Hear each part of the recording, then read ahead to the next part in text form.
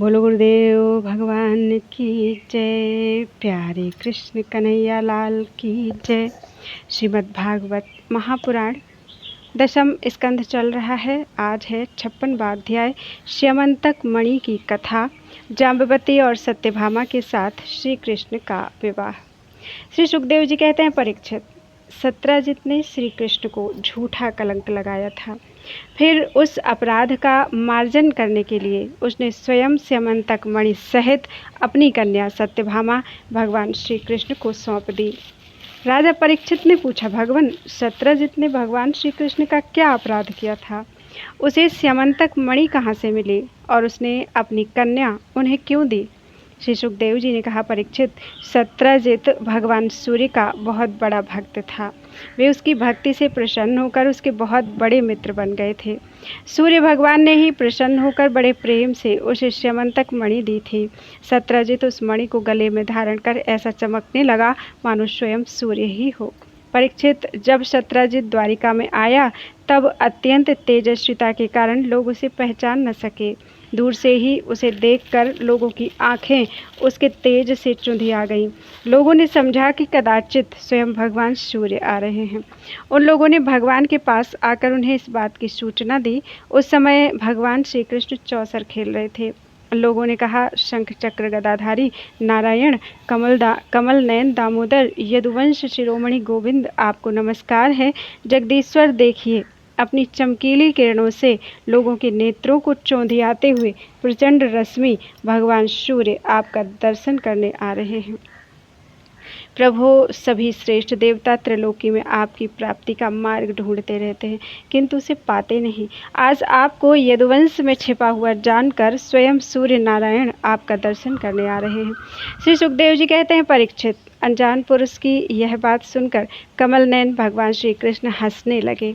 उन्होंने कहा, अरे, ये सूर्यदेव नहीं हैं, यह तो सत्यजित हैं जो मणि के कारण इतना चमक रहा है। इसके बाद सत्यजित अपने समृद्ध घर में चला गया। उत्सव मनाया जा रहा था। उसने ब्राह्मणों के द्वारा स्यमंतक मणि को एक देव मंदिर में स्थापित करा दिया। परीक्षित, वह मणि प्रतिदिन 8 भार सोना दिया करती थी। भार का परिमाण इस प्रकार है, चतुर्भिर्ब्रीहिर्भुज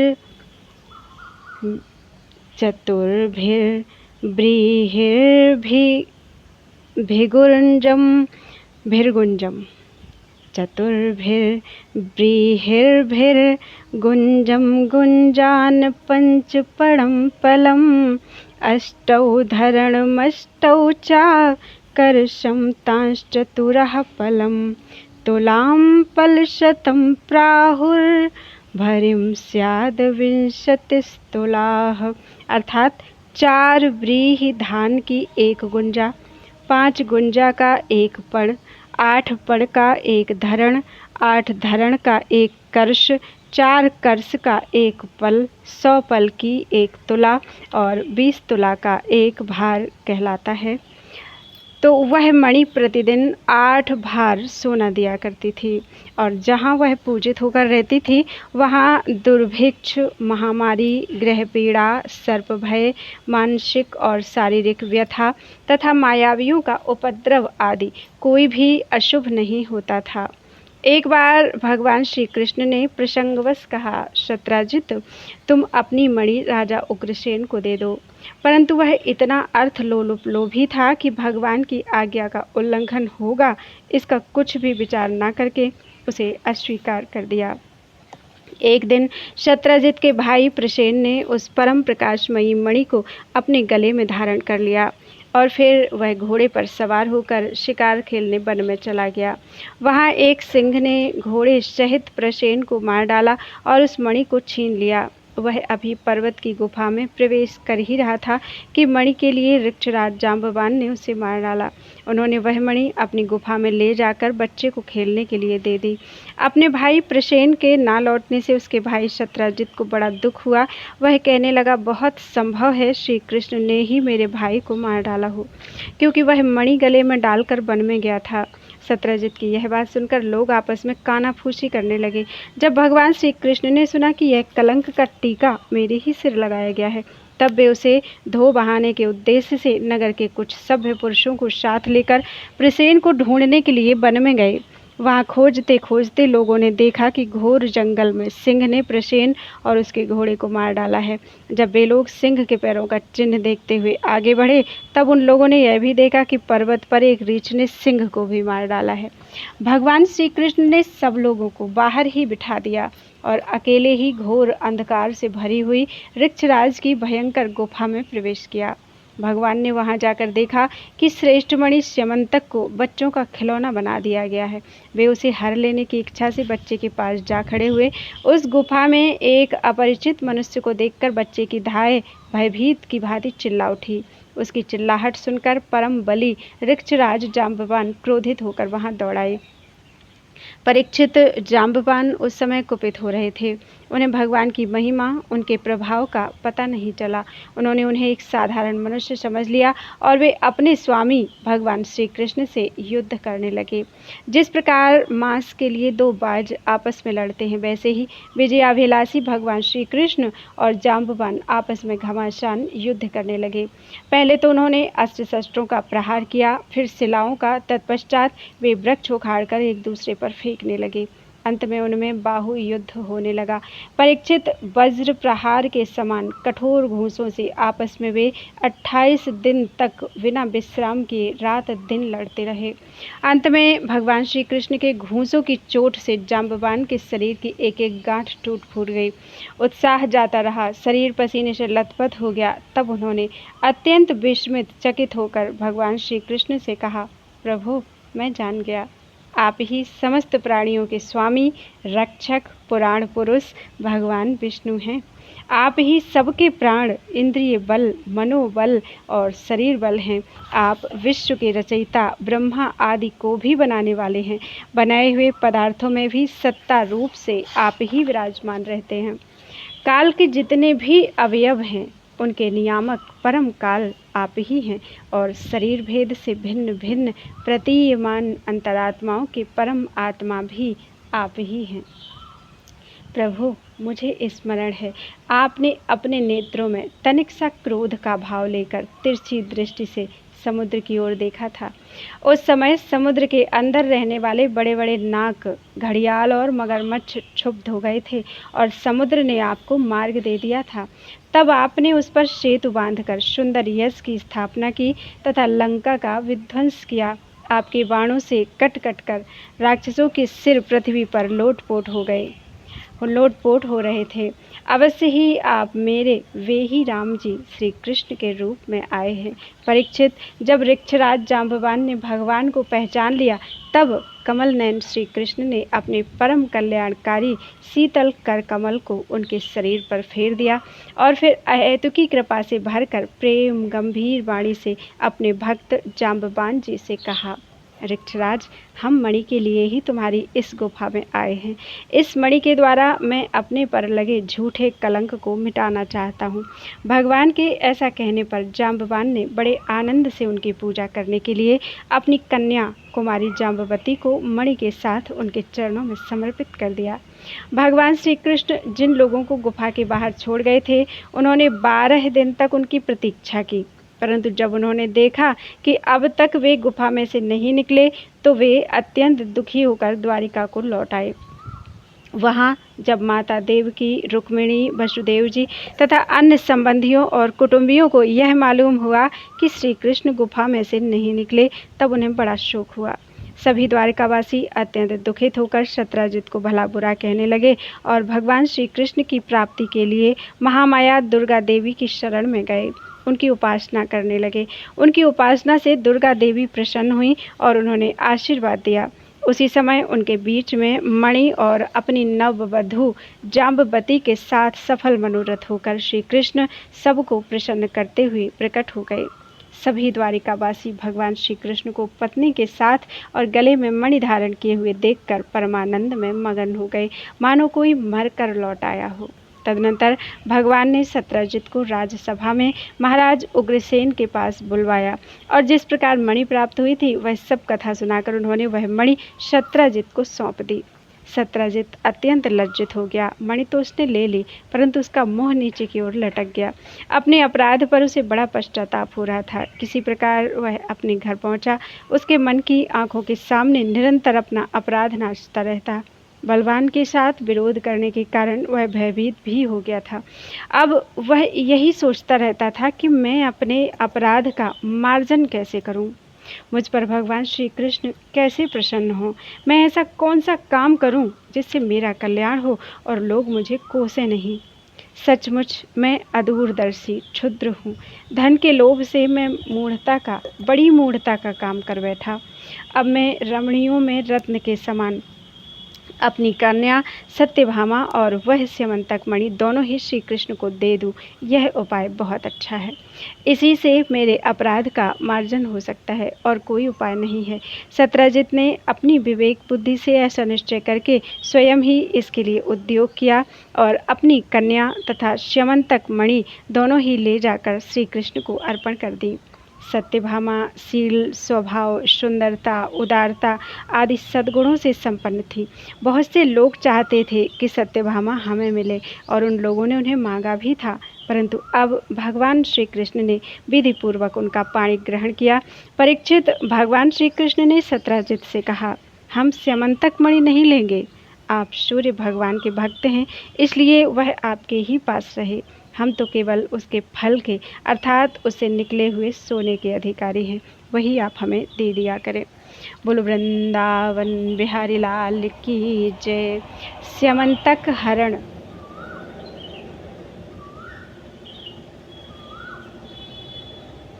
सतधनवा का उद्धार और अक्रूर जी को फिर से द्वारिका बुलाना। 57वां अध्याय। श्री सुखदेव जी कहते हैं, परीक्षित, यद्यपि भगवान श्री कृष्ण को इस बात का पता था कि लाक्षागृह की आग से पांडवों का बाल भी बांका नहीं हुआ, तथापि जब उन्होंने सुना कि कुंती और पांडव जल मरे, तब उस समय का कुल परंपरोचित व्यवहार करने के लिए वे बलराम जी के साथ हस्तिनापुर गए। वहां जाकर भीष्म पितामह, कृपाचार्य, विदुर, गांधारी और द्रोणाचार्य से मिलकर उनके साथ संवेदना, सहानुभूति प्रकट की और उन लोगों से कहने लगे, हाय हाय, यह तो बड़े ही दुख की बात हुई। भगवान श्री कृष्ण के हस्तिनापुर चले जाने से द्वारिका में अक्रूर और कृतवर्मा को अवसर मिल गया।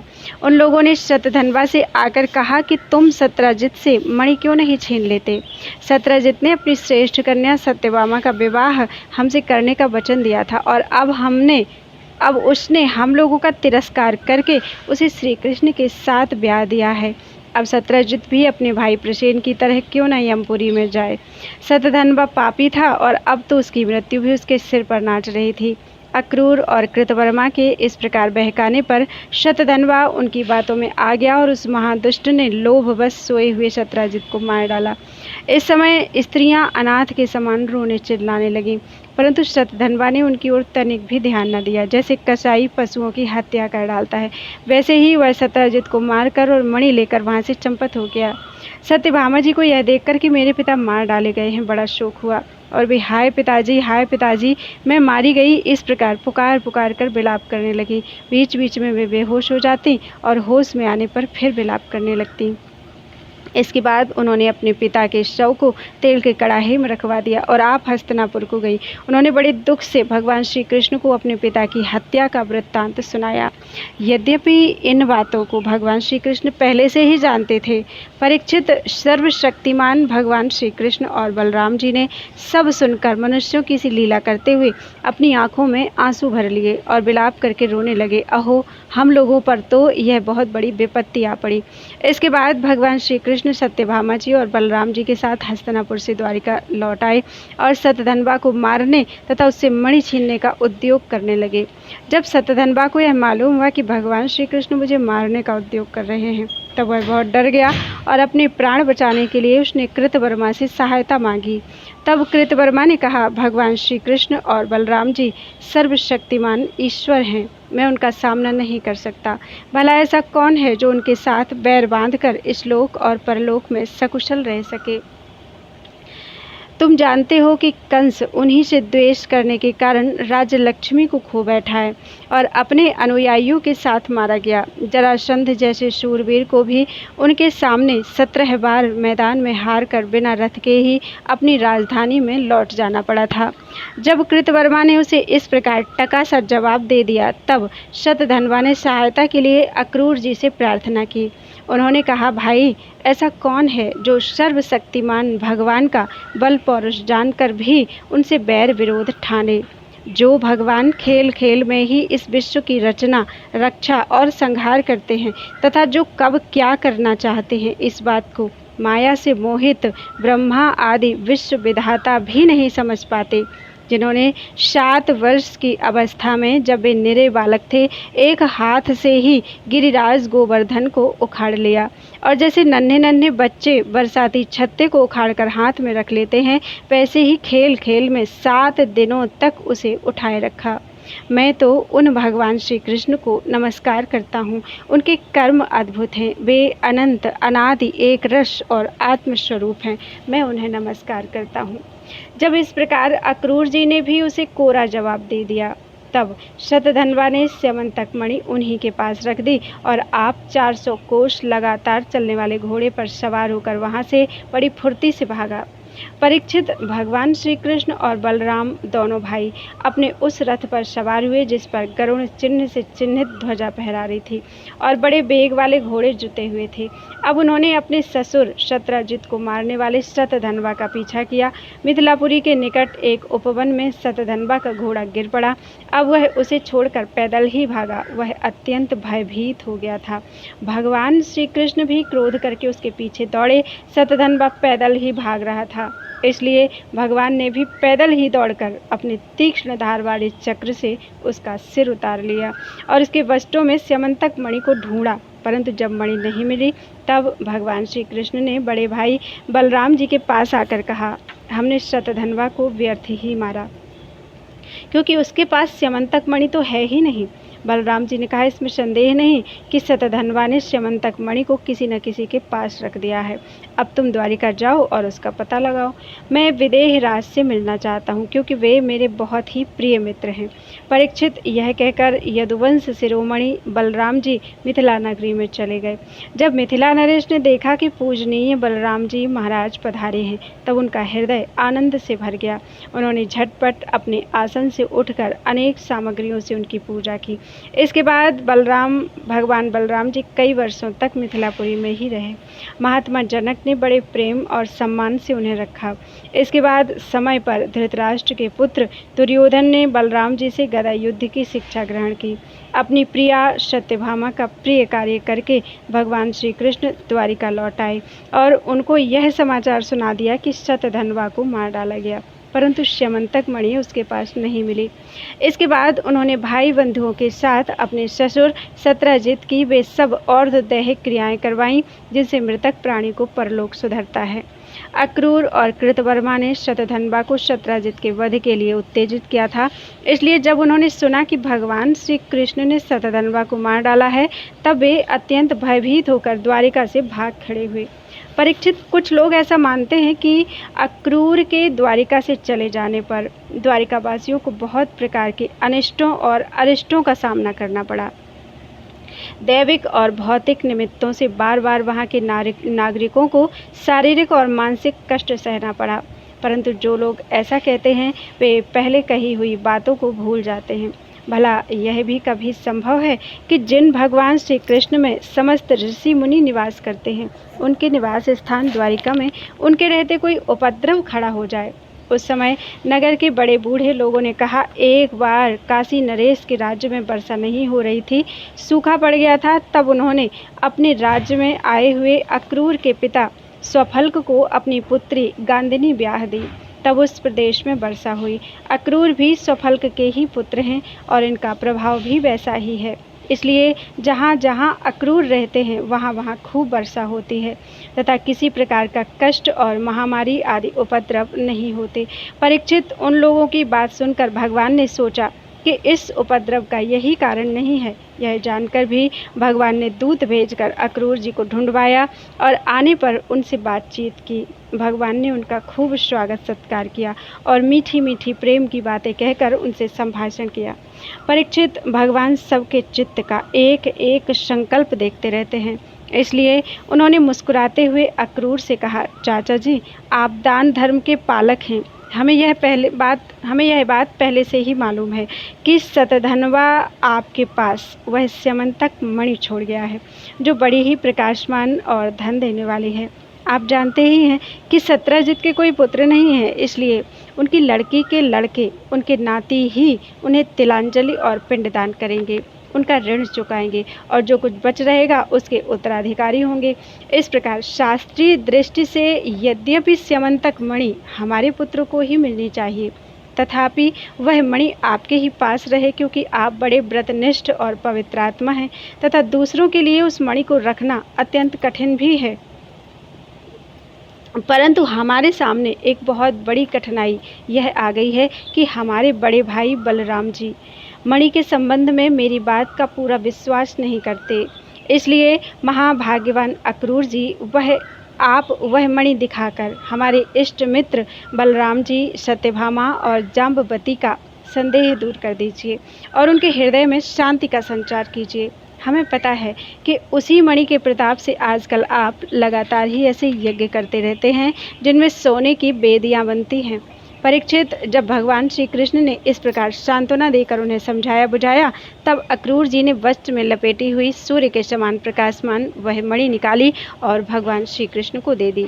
भगवान श्री कृष्ण ने वह स्यमंतक मणि अपने जाति भाइयों को दिखाकर अपना कलंक दूर किया और उसे अपने पास रखने में समर्थ होने पर भी पुनः अक्रूर जी को लौटा दिया। सर्वशक्तिमान, सर्वव्यापक भगवान श्री कृष्ण के पराक्रमों से परिपूर्ण यह आख्यान समस्त पापों, अपराधों और कलंकों का मार्जन करने वाला तथा परम मंगलमय है। जो इसे पढ़ता है, सुनता है अथवा स्मरण करता है, वह सब प्रकार की अपकीर्ति अर्थात अपयश और पापों से छूटकर शांति का अनुभव करता है। बोलो वृंदावन बिहारी लाल की जय। 58वां अध्याय, भगवान श्री कृष्ण के अन्यान्य विवाह। श्री सुखदेव जी कहते हैं, परीक्षित, अब पांडवों का पता चल गया था कि वे लाक्षा भवन में जले नहीं हैं। एक बार भगवान श्री कृष्ण उनसे मिलने के लिए इंद्रप्रस्थ पधारे। उनके साथ सात्यकी आदि बहुत से यदुवंशी भी थे। जब वीर पांडवों ने देखा कि सर्वेश्वर भगवान श्री कृष्ण पधारे हैं, तो जैसे प्राण का संचार होने पर सभी इंद्रियां सचेत हो जाती हैं, वैसे ही वे सब के सब एक साथ उठ खड़े हुए। वीर पांडवों ने भगवान श्री कृष्ण का आलिंगन किया। उनके अंग संग से इनके सारे पाप ताप धुल गए। भगवान की प्रेम भरी मुस्कुराहट से सुशोभित मुख सुषमा देखकर वे आनंद में मगन हो गए।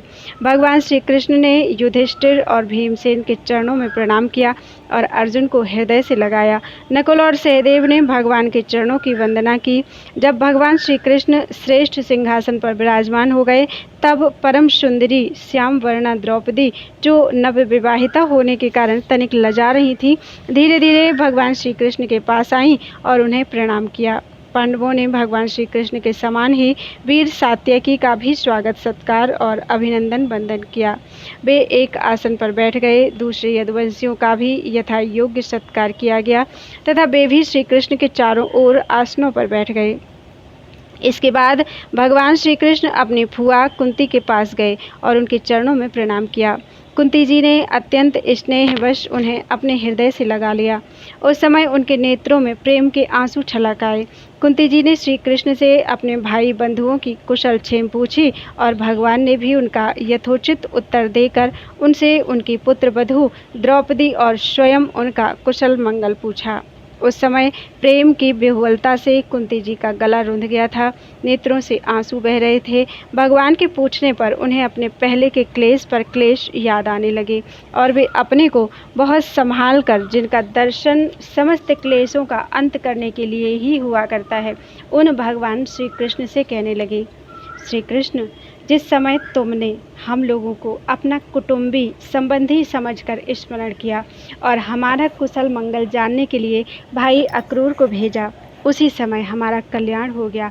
हम अनाथों को तुमने सनाथ कर दिया। मैं जानती हूँ कि तुम संपूर्ण जगत के परम हितैषी, सुहृद और आत्मा हो। यह अपना है और यह पराया, इस प्रकार की भ्रांति तुम्हारे अंदर नहीं है।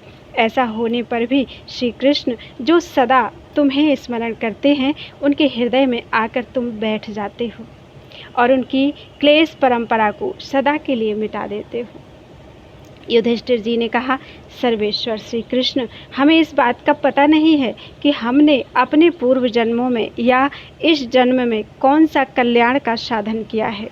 आपका दर्शन बड़े बड़े योगेश्वर भी बड़ी कठिनता से प्राप्त कर पाते हैं और हम कुबुद्धियों को घर बैठे ही आपके दर्शन हो रहे हैं।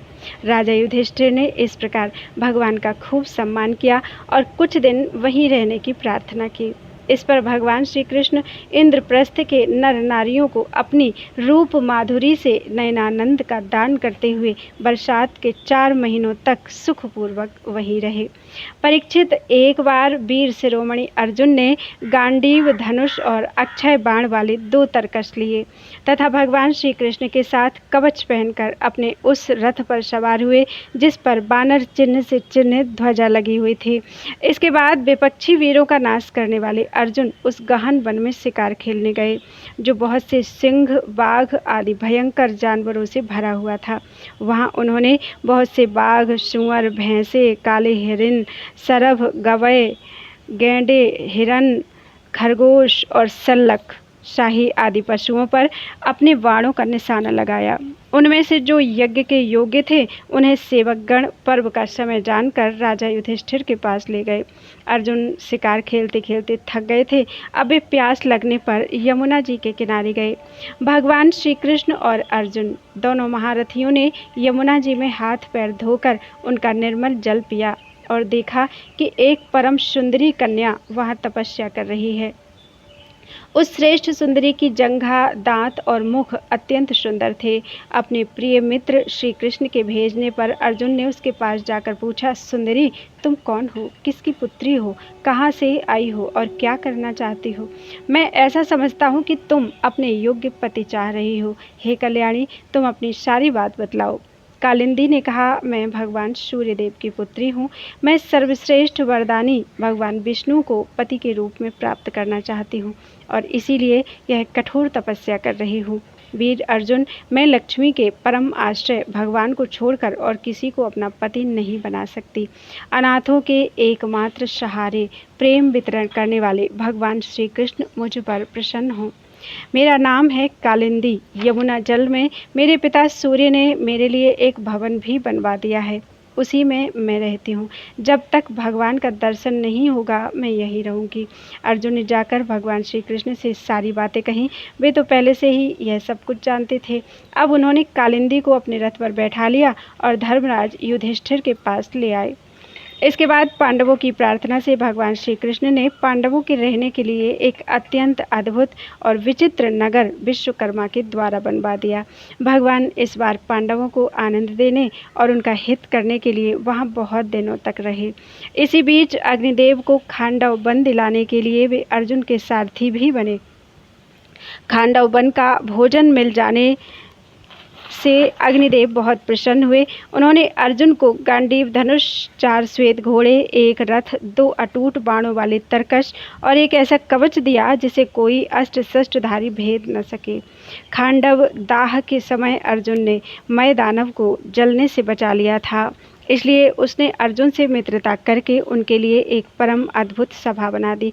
उसी सभा में दुर्योधन को जल में स्थल और स्थल में जल का भ्रम हो गया था। कुछ दिनों के बाद भगवान श्री कृष्ण अर्जुन की अनुमति एवं अन्य संबंधियों का अनुमोदन प्राप्त करके सात्यकी आदि के साथ द्वारिका लौट आए। वहां आकर उन्होंने विवाह के योग्य ऋतु और ज्योतिष शास्त्र के अनुसार प्रशंसित पवित्र लग्न में कालिंदी जी का पाणिक ग्रहण किया। इससे उनके स्वजन संबंधियों को परम मंगल और परमानंद की प्राप्ति हुई। अवंती उज्जैन देश के राजा थे बिंद और अनुबिंद। वे दुर्योधन के वशवर्ती तथा अनुयायी थे। उनकी बहन मित्रविंदा ने स्वयंवर में भगवान श्री कृष्ण को ही अपना पति बनाना चाहा, परंतु विंद और अनुविंद ने अपनी बहन को रोक दिया। परीक्षित, मित्रविंदा श्री कृष्ण की फुआ राजाधिदेवी की कन्या थी। भगवान श्री कृष्ण राजाओं की भरी सभा में उसे बलपूर्वक हर ले गए। सब लोग अपना सा मुँह लिए देखते ही रह गए। परीक्षित कौशल देश के राजा थे नग्नजित। वे अत्यंत धार्मिक थे। उनकी परम सुंदरी कन्या का नाम था सत्या। नग्नजित की पुत्री होने से वह नागनजिती भी कहलाती थी। परीक्षित, राजा की प्रतिज्ञा के अनुसार 7 दुर्दांत बैलों पर विजय प्राप्त न कर सकने के कारण कोई राजा उस कन्या से विवाह न कर सके, क्योंकि उनके सींग बड़े तीखे थे और वे बैल किसी वीर पुरुष की गंध भी नहीं सह सकते थे। जब यदुवंश शिरोमणि भगवान श्री कृष्ण ने यह समाचार सुना कि जो पुरुष इन बैलों को जीत लेगा उसे ही सत्या प्राप्त होगी, तब वे बहुत बड़ी सेना लेकर कौशलपुरी अयोध्या पहुँचे। कौशल नरेश महाराज नग्नजित ने बड़ी प्रसन्नता से उनकी अगवानी की और आसन आदि देकर बहुत बड़ी पूजा सामग्री से उनका सत्कार किया। भगवान श्री कृष्ण ने भी उनका बहुत बहुत अभिनंदन किया। राजा नग्नजित की कन्या सत्या ने देखा कि मेरे चिर अभिलषित रमा रमण भगवान श्री कृष्ण यहाँ पधारे हैं। तब उसने मन ही मन यह अभिलाषा की कि यदि मैंने व्रत नियम आदि का पालन करके इन्हीं का चिंतन किया है तो ये ही मेरे पति हों और मेरी विशुद्ध लालसा को पूर्ण करें।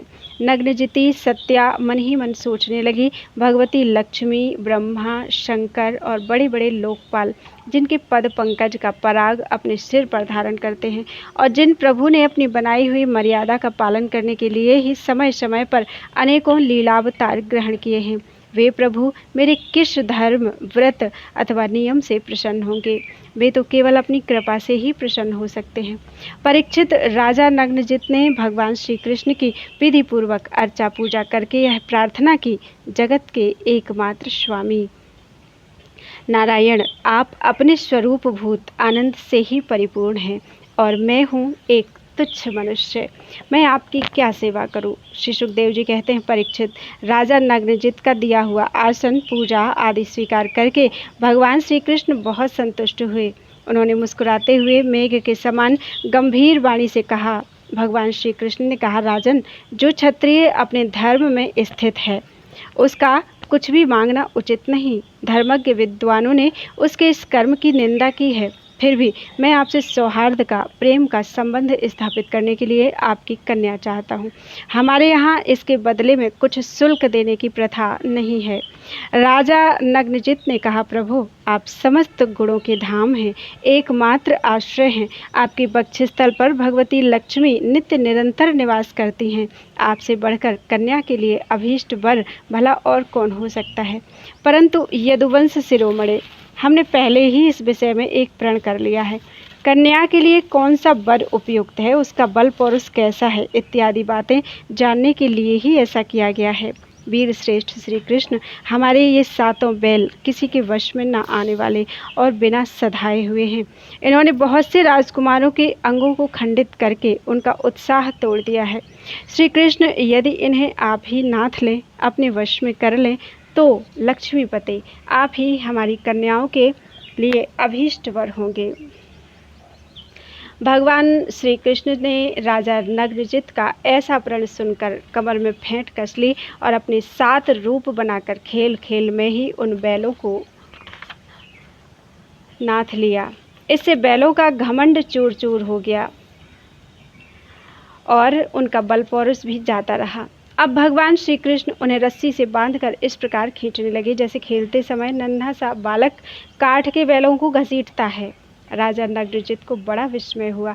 उन्होंने प्रसन्न होकर भगवान श्री कृष्ण को अपनी कन्या का दान कर दिया और सर्वशक्तिमान भगवान श्री कृष्ण ने भी अपने अनुरूप पत्नी सत्या का विधि पूर्वक पाणी ग्रहण किया। रानियों ने देखा कि हमारी कन्या को उसके अत्यंत प्यारे भगवान श्री कृष्ण ही पति के रूप में प्राप्त हो गए हैं। उन्हें बड़ा आनंद हुआ और चारों ओर बड़ा भारी उत्सव मनाया जाने लगा। शंख, ढोल, नगारे बजने लगे, सब ओर गाना बजाना होने लगा। ब्राह्मण आशीर्वाद देने लगे। सुंदर वस्त्र, पुष्पों के हार और गहनों से सज धज कर नगर के नर नारी आनंद मनाने लगे। राजा नग्नजित ने 10,000 गौएं और 3,000 ऐसी नवयुवती दासियां जो सुंदर वस्त्र तथा गले में स्वर्णहार पहने हुए थीं दहेज में दी। इनके साथ ही 9,000 हाथी, 9 लाख रथ, 9 करोड़ घोड़े और 9 अरब सेवक भी दहेज में दिए। कौशल नरेश राजा नग्नजित ने कन्या और दामाद को रथ पर चढ़ाकर एक बड़ी सेना के साथ विदा किया। उस समय उनका हृदय वात्सल्य स्नेह के उद्रेक से द्रवित हो रहा था। परीक्षित, यदुवंशियों ने और राजा नग्नजित के बैलों ने पहले बहुत से राजाओं का बल पौरुष धूल में मिला दिया था। जब उन राजाओं ने यह समाचार सुना तब उन्हें उनसे भगवान श्री कृष्ण की यह विजय सहन नहीं हुई। उन लोगों ने नागनजिती सत्या को लेकर जाते समय मार्ग में भगवान कृष्ण को घेर लिया और वे बड़े वेग से उन पर बाणों की वर्षा करने लगे। उस समय पांडव वीर अर्जुन ने अपने मित्र भगवान श्री कृष्ण का प्रिय करने के लिए गांडीव धनुष धारण करके जैसे सिंह छोटे छोटे पशुओं को खदेड़ दे वैसे ही उन नरपतियों को मारपीट कर भगा दिया। तदनंतर यदुवंश शिरोमणि देवकी नंदन भगवान श्री कृष्ण उस दहेज और सत्या के साथ द्वारिका में आए और वहां रहकर गृहस्थोचित विहार करने लगे। परीक्षित, भगवान श्री कृष्ण की फुआ श्रुतकीर्ति कैकेयी देश में ब्याही गई थी। उनकी कन्या का नाम था भद्रा। उसके भाई संतर्दन आदि ने उसे स्वयं ही भगवान श्री कृष्ण को दे दिया और उन्होंने उसका पाणी ग्रहण किया। मध्य प्रदेश के राजा की एक कन्या थी लक्ष्मणा। वह अत्यंत सुलक्षणा थी। जैसे गरुण ने स्वर्ग से अमृत का हरण किया था वैसे ही भगवान श्री कृष्ण ने स्वयंवर में अकेले ही उसे हर लिया। परीक्षित, इसी प्रकार भगवान श्री कृष्ण की और भी सहस्रों स्त्रियां थीं। उन परम सुंदरियों को वे भौमासुर को मारकर उसके बंदी गृह से छुड़ा लाए थे। बोलो वृंदावन बिहारी लाल की जय। 59वां अध्याय भौमासुर का उद्धार और 16,100 राजकन्याओं के साथ भगवान का विवाह। राजा परीक्षित ने पूछा, भगवान श्री कृष्ण ने भौमासुर को, जिसने उन स्त्रियों को बंदी गृह में डाल रखा था, क्यों और कैसे मारा? आप कृपा करके सारंग धनुषधारी भगवान श्री कृष्ण का वह विचित्र चरित्र सुनाइए। श्री सुखदेव जी ने कहा, परीक्षित, भौमासुर ने वरुण का छत्र, माता अदिति के कुंडल और मेरु पर्वत पर स्थित देवताओं का मणि पर्वत नामक स्थान छीन लिया था।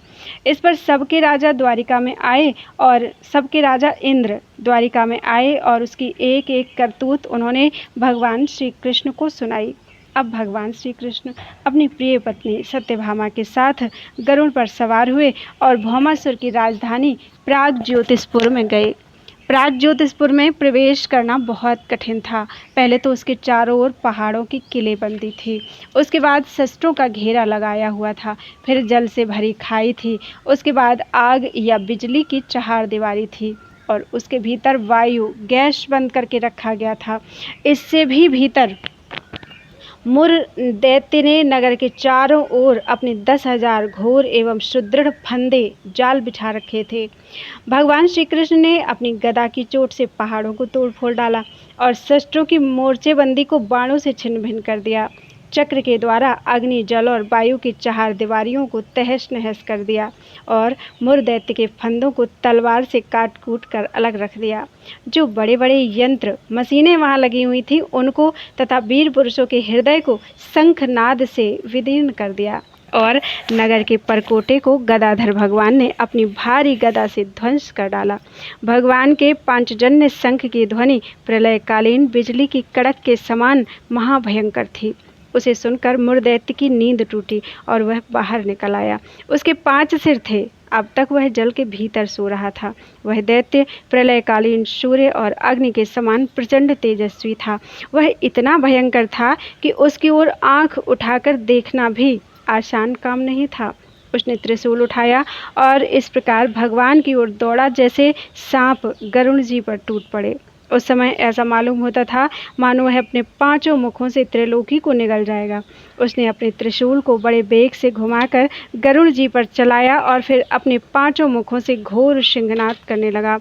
उसके सिंहनाद का महान शब्द पृथ्वी, आकाश, पाताल और 10 दिशाओं में फैलकर सारे ब्रह्मांड में भर गया। भगवान श्री कृष्ण ने देखा कि मुरदैत्य का त्रिशूल गरुड़ की ओर बड़े वेग से आ रहा है। तब अपना हस्त कौशल दिखाकर फुर्ती से उन्होंने 2 बाण मारे, जिनसे वह त्रिशूल कटकर 3 टूक हो गया। इसके साथ ही मुरदैत्य के मुखों में भी भगवान ने बहुत से बाण मारे। इससे वह दैत्य अत्यंत क्रुद्ध हो उठा और उसने भगवान पर अपनी गदा चलाई, परंतु भगवान श्री कृष्ण ने अपनी गदा के प्रहार से मुरदैत्य की गदा को अपने पास पहुंचने के पहले ही चूर चूर कर दिया। अब वह अस्त्रहीन हो जाने के कारण अपनी भुजाएं फैलाकर श्री कृष्ण की ओर दौड़ा और उन्होंने खेल खेल में ही चक्र से उसके 5 सिर उतार लिए। सिर कटते ही मुरदैत्य के प्राण पखेरु उड़ गए और वह ठीक वैसे ही जल में गिरा जैसे इंद्र के वज्र से शिखर कट जाने पर कोई पर्वत समुद्र में गिर पड़ा हो। मुरदैत्य के 7 पुत्र थे, ताम्र, अंतरिक्ष, श्रवण, विभावसु, वसु, नवश्वान और अरुण। ये अपने पिता की मृत्यु से अत्यंत शोकाकुल हो उठे और फिर बदला लेने के लिए क्रोध से भरकर शस्त्रास्त्र से सुसज्जित हो गए तथा पीठ नामक दैत्य को अपना सेनापति बनाकर भौमासुर के आदेश से श्री कृष्ण पर चढ़ाए।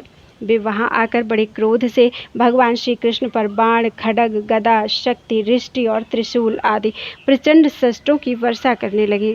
परीक्षित, भगवान की शक्ति अमोघ और अनंत है। उन्होंने अपने बाणों से उनके कोटि कोटि शस्त्रास्त्र तिल तिल करके काट गिराए। भगवान के शस्त्र प्रहार से सेनापति पीठ और उसके साथी दैत्यों के सिर, जांघें, भुजा, पैर और कवच कट गए और उन सभी को भगवान ने यमराज के घर पहुंचा दिया। जब पृथ्वी के पुत्र नरकासुर भौमासुर ने देखा कि भगवान श्री कृष्ण के चक्र और बाणों से हमारी सेना और सेनापतियों का संहार हो गया है, तब उसे असह्य क्रोध हुआ। वह समुद्र तट पर पैदा हुआ, बहुत से मद वाले हाथियों की सेना लेकर नगर से बाहर निकला। उसने देखा कि भगवान श्री कृष्ण अपनी पत्नी के साथ आकाश में गरुड़ पर स्थित है, जैसे सूर्य के ऊपर बिजली के साथ वर्षाकालीन श्याम मेघ शोभायमान हो। भौमासुर ने स्वयं भगवान के ऊपर शतघ्नी नाम की शक्ति चलाई और उसके सब सैनिकों ने भी एक ही साथ उन पर अपने अपने अस्त्र शस्त्र छोड़े।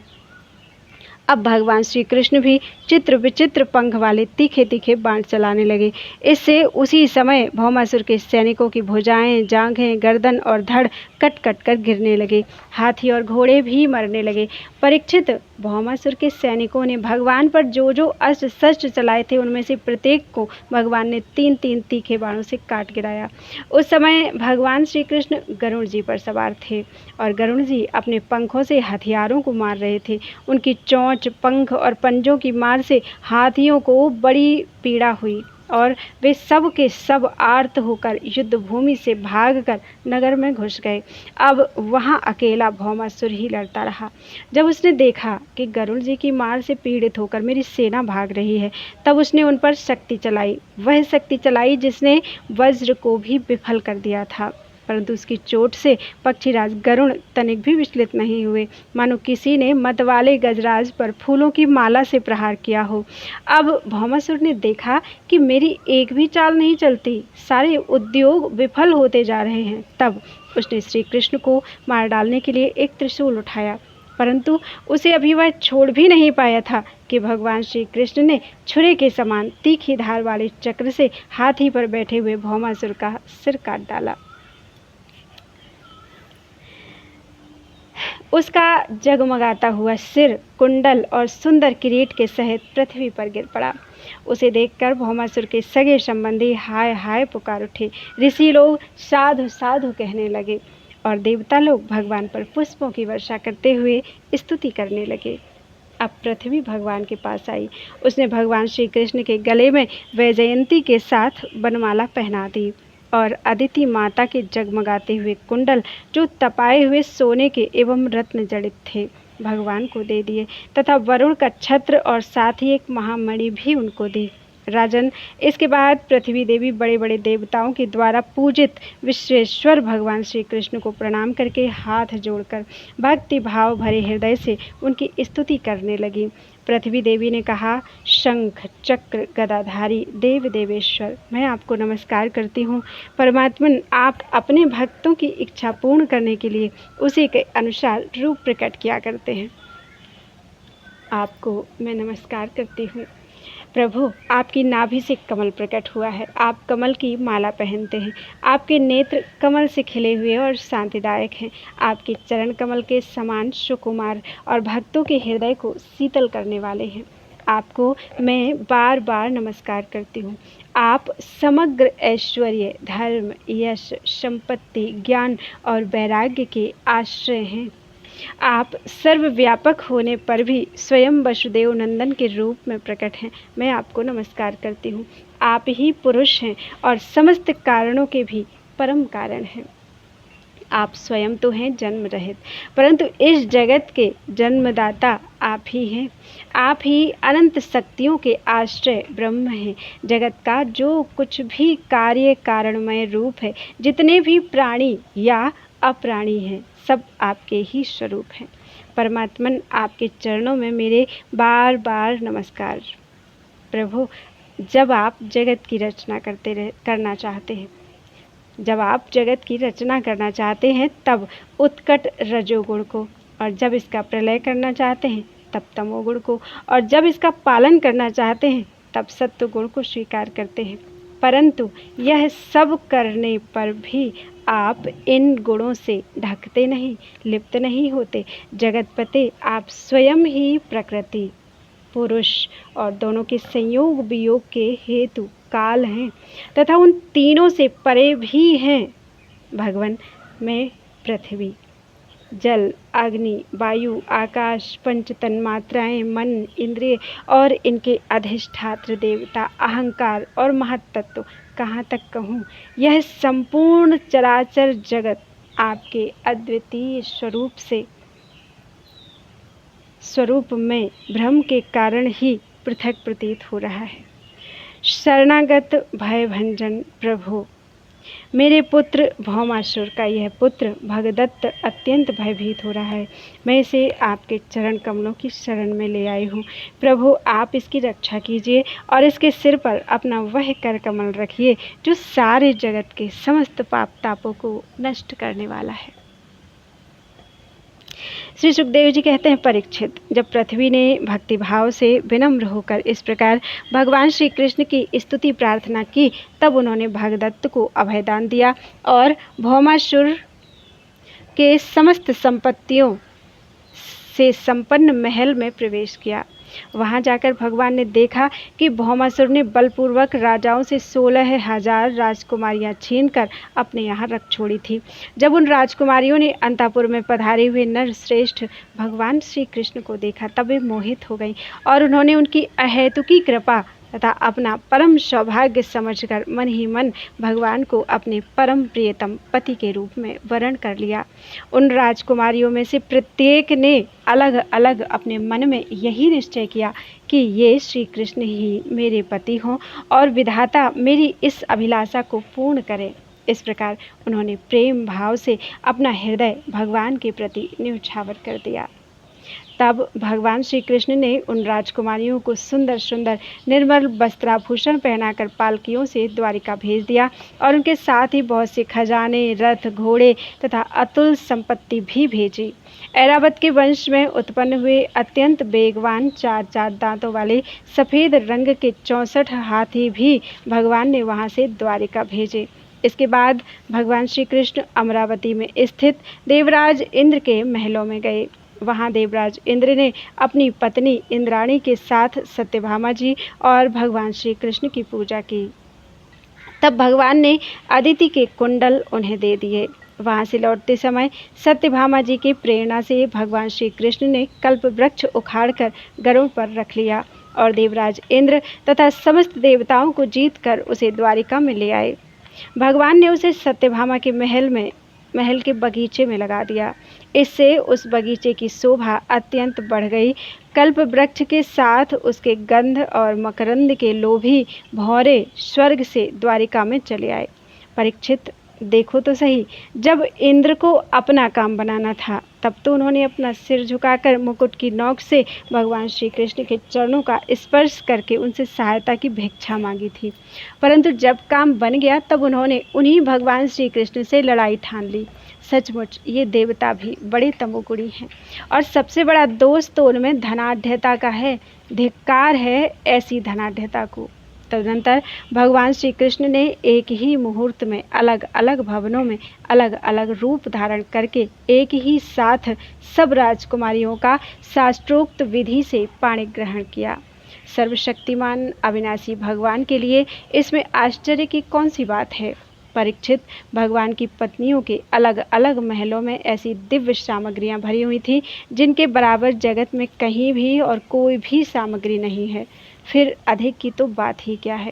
उन महलों में रहकर मति गति के परे की लीला करने वाले अविनाशी भगवान श्री कृष्ण अपने आत्मानंद में मगन रहते हुए लक्ष्मी जी की अंश स्वरूपा उन पत्नियों के साथ ठीक वैसे ही विहार करते थे जैसे कोई साधारण मनुष्य घर गृहस्थी में रहकर गृहस्थ धर्म के अनुसार आचरण करता हो।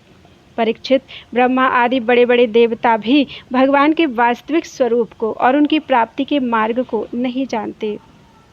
उन्हीं रमा रमण भगवान श्री कृष्ण को उन स्त्रियों ने पति के रूप में प्राप्त किया था। अब नित्य निरंतर उनके प्रेम और आनंद की अभिवृद्धि होती रहती थी और वे प्रेम भरी मुस्कुराहट, मधुर चितवन, नव समागम, प्रेमालाप तथा भाव बढ़ाने वाली लज्जा से युक्त होकर सब प्रकार से भगवान की सेवा करती रहती थी। उनमें से भी सभी पत्नियों के साथ सेवा करने के लिए सैकड़ों दासियां रहती। फिर भी जब उनके महल में भगवान पधारते तब वे स्वयं आगे जाकर आदरपूर्वक उन्हें लेवा लाती, श्रेष्ठ आसन पर बैठाती, उत्तम सामग्रियों से पूजा करती, चरण कमल पखारती, पान लगाकर खिलाती, पांव दबाकर थकावट दूर करती, पंखा झलती, इत्र, फुलेल, चंदन आदि लगाती, फूलों के हार पहनाती, केश संवारती, सुलाती, स्नान कराती और अनेक प्रकार के भोजन कराकर अपने ही हाथों भगवान की सेवा करती थी। बोलो वृंदावन बिहारी लाल की जय। त्वदीयं वस्तु गोविंदम तुभ्यमेव समर्पयेत्।